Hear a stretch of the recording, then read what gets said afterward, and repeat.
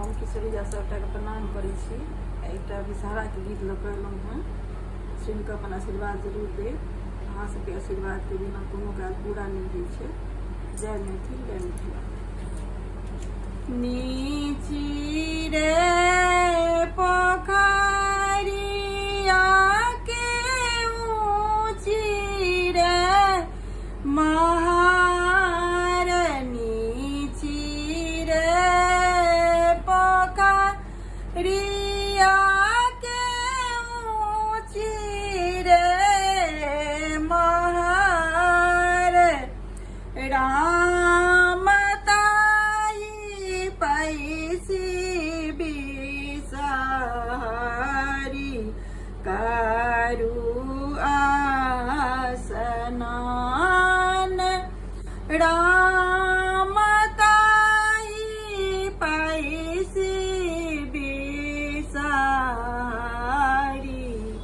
करू आसनान, नहाए सोनाए बिसारी झाड़ती केस, राम सोना के कहिया कागल गेल, राम सोना के कहिया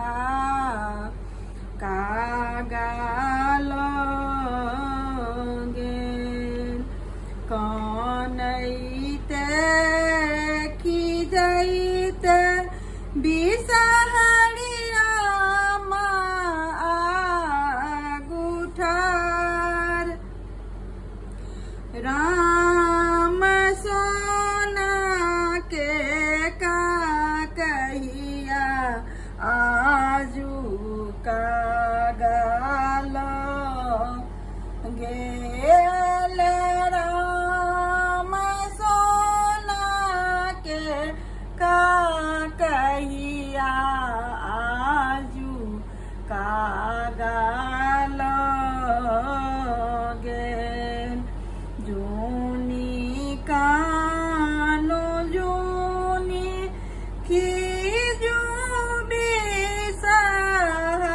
बिसहरी दाई,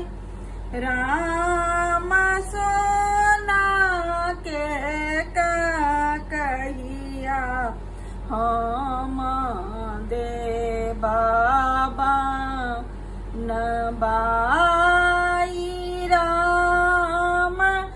सोना के कहिया हम दे बाबा नबाई, फला मध गुआ बनबे दमद पान, राम देवी मद पाँचो बहिनी जगत लोक जान, राम देवी